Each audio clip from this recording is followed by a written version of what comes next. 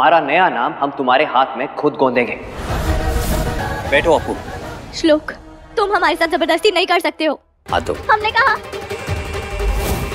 हमारा हाथ छोड़ो। तुम क्या कर रहे हो? हमने कहा छोड़ो हमें। श्लोक, ये तुम आगे मत आइए पिताजी, ये हमारा और हमारी पत्नी का बीच का मामला है। देख लीजिए मम्मी। कहाँ बना दिया तुमने? रॉकेट बनाया मम्मी। इतनी बार इसके मुंह से सुन चुके हैं कि इसे स्पेस में जाना है, इसीलिए हमें लगता है ये नाम इसकी पहचान के लिए सही है, अपोलिना रॉकेट गर्ल। लेकिन शादी के बाद लड़की का नाम बदलने का रिवाज है।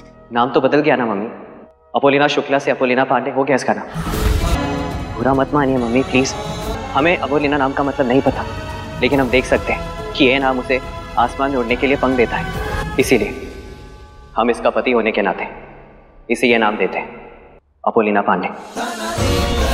अपोलिना के आने वाले एपिसोड में एक अलग ही ट्विस्ट देखने को मिलने वाला है। यहाँ पर अपोलिना की मुंह दिखाई हो रही है और भाई उसको बनानी है खीर। हमने देखा था ना ईरा किस तरीके से आकर उस खीर में नमक वगैरह मिला देगी और उसको लग रहा था कि अब ये नमक की खीर जब सब लोग खाएंगे तो सब बेइज्जती हो जाएगी सरस्वती की और यहाँ अप्पू को अच्छी वाली डांट पड़ने वाली है। ऐसा होने वाला था लेकिन होता नहीं है, क्योंकि अपोलिना देख लेती है और यहाँ पर अपोलिना किसी तरीके से चीनी की खीर बनाती है। चावल वाली जो खीर थी वो तो खराब हो गई है, तो दूध में वो चीनी मिलाती है और यहाँ पर सब लोगों को देती है। सब लोगों को अच्छा लगता है, पर कहीं ना कहीं भाई जो ईरा और उसकी माँ है ना वो इसी पर टोंट कस देते हैं कि भाई तुम्हारी बहू को बनानी नहीं आती क्या खीर? जो अगर देखा जाए तो शगुन की खीर और जो पूजा की खीर में तो चावल डलते हैं और उसने तो भाई बिना चावल की खीर बना दी है। इस बात को लेकर अप्पू पर डांट भी पड़ती है, सरस्वती गुस्सा भी करती है, पूछती भी है कि श्लोक क्यों आया था तुम्हारी मदद करने के लिए, लेकिन यहाँ पर वो कुछ नहीं बोलती है। अब आती है मुंह दिखाई की बारी। अब मुंह दिखाई में भाई अपोलिना की सास बोलती है कि तुम्हें ना सिंदूर वगैरह लगाना होगा और यहाँ पर वो सिंदूर के लिए मना कर देती है कि नहीं, मैं इन सारे रीति रिवाज को नहीं मानती। और इसी बात को लेकर सरस्वती को गुस्सा आता है और वो कहती है एक काम करो,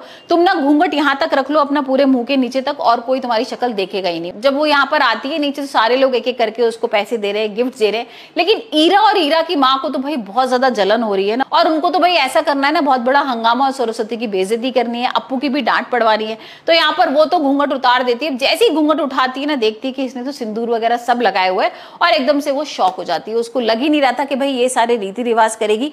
सरस्वती और श्लोक को भी ऐसा नहीं लगा था, लेकिन भाई श्लोक इतना खुश हो जाता है, उसको थैंक यू बोलता है और यहाँ पर सरस्वती भी बहुत खुश हो रही है और उसको थोड़ा सा अच्छा लग रहा है कि चलो मेरी बहू ने मेरी इज्जत रख ली। लेकिन यहाँ पर जो ईरा है वो बार बार उसको भड़का रही है। वो भाई उसको बोलती है कि देखो ठीक है, आज तो उसने सारी रीति रिवाज कर लिए, लेकिन आपकी जो बहू है ना वो कुछ भी ऐसा नहीं करने वाली है, आगे सिर्फ नाटक कर रही है और अप्पू बहुत चालाक है। अब वो अपोलिना के लिए उसने इतना भड़का दिया है। यहाँ पर जो अपोलिना की सास है वो ना एक अलग ही कुछ चाल चलती है और हम देख रहे हैं कि किस तरीके से ना वो एक मशीन लेके आ गई जिसमें नाम लिखा जाएगा। मतलब यहाँ पर वो टैटू लगाते हैं ना, तो वो शायद भाई श्लोक के नाम का टैटू लगवाने वाली है। क्या करेगी ये तो खैर आने वाले एपिसोड में ही देखेंगे।